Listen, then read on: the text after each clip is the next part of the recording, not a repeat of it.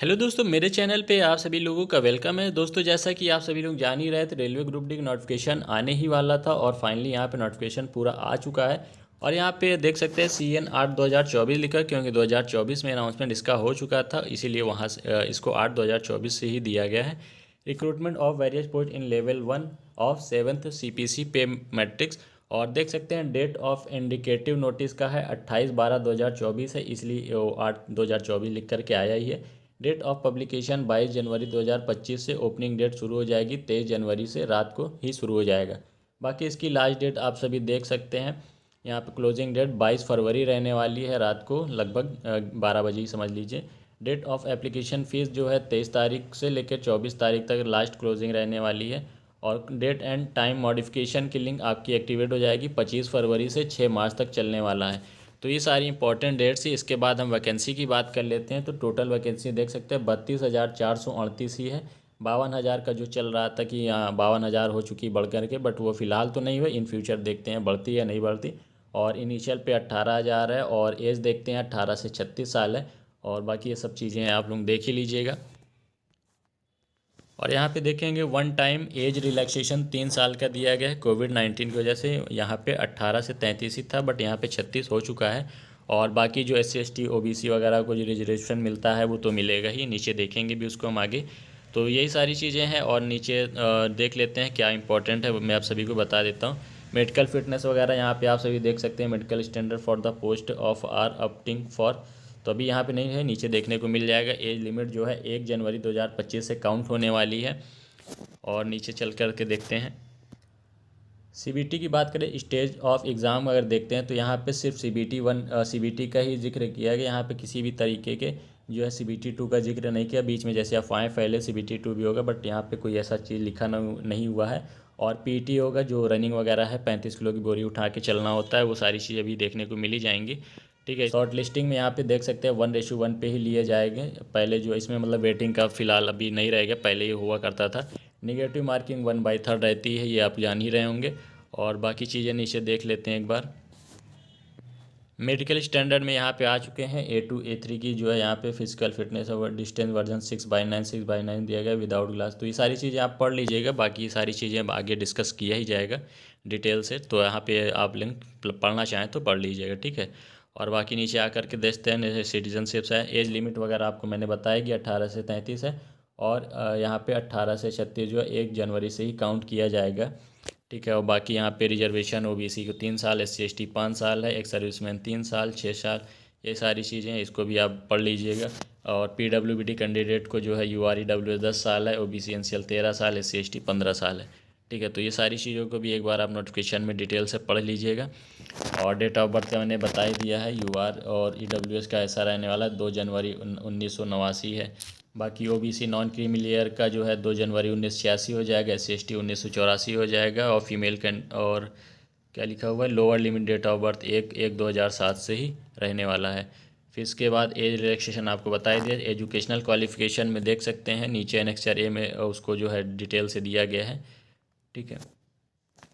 Educational qualification आपका 22 फरवरी 2025 तक आपका जो है रिज़ल्ट आ चुका होगा, तो वही एक्सेप्ट किया जाए। इसके बाद अगर रिज़ल्ट आपका पेंडिंग है तो उसको जो है क्वालिफिकेशन में नहीं माना जाएगा, मतलब आप एलिजिबल नहीं रह जाएंगे।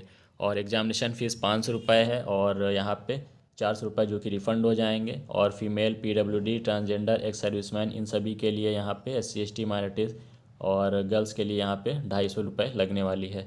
बाकी EBC जो सर्टिफिकेट लगाना होता है उसे 250 आपका बच जाता है, लेकिन मेरा मानना या मेरा राय यही रहेगा कि आप उसे मत लगाइएगा।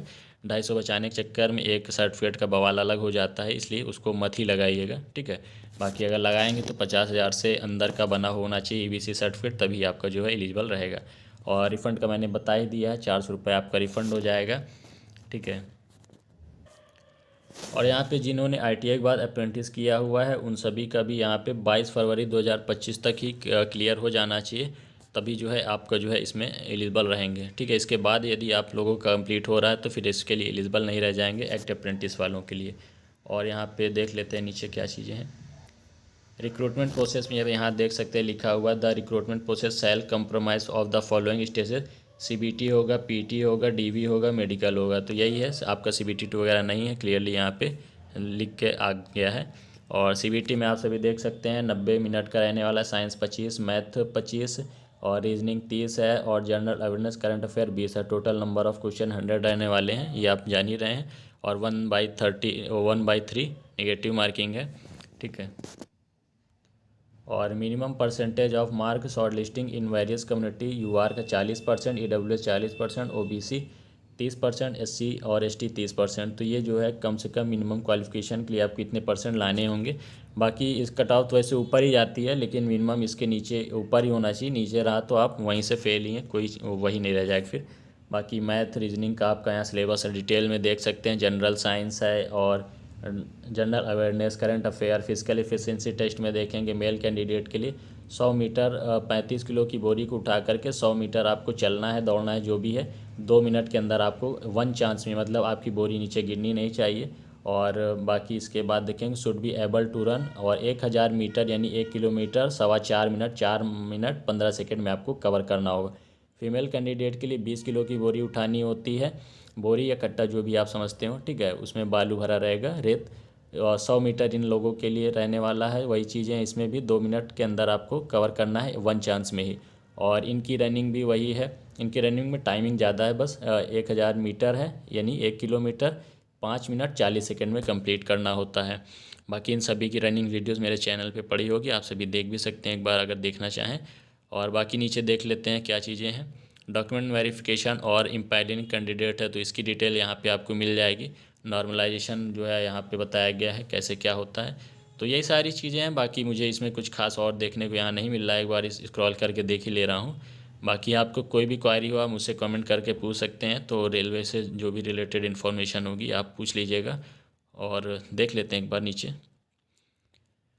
बस बाकी कुछ खास चीज़ें नहीं हैं, आप डिटेल से पढ़ लीजिएगा। और बाकी नीचे आपको प्रोफार्मा वगैरह यहाँ पे देखने को मिल जाएगा, सारे सर्टिफिकेट है। ओबीसी के सर्टिफिकेट आपका सेंट्रल लेवल का ही बना होना चाहिए, कोई भी सर्टिफिकेट हो, चाहे ओबीसी एससी एसटी, सारा सेंट्रल का ही होना चाहिए, ध्यान रखिएगा।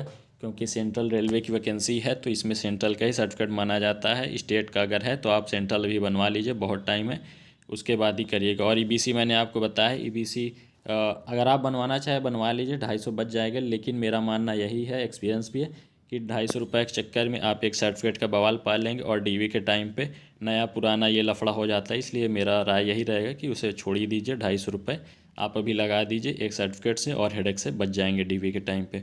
तो बस दोस्तों ये सारी इन्फॉर्मेशन थी जो कि मैंने आपको शेयर कर दी है। बाकी कोई भी क्वारी होती है आप कमेंट करके पूछ सकते हैं, आपको रिप्लाई मिल जाएगा। बाकी हमारे इंस्टाग्राम पे भी आप जुड़ सकते हैं। चलिए दोस्तों, ऐसी अपडेट्स पाने के लिए चैनल को सब्सक्राइब कर लीजिए, और वीडियो को लाइक नहीं किया लाइक कर लीजिए। मिलते हैं नए वीडियो में, थैंक यू, बाय।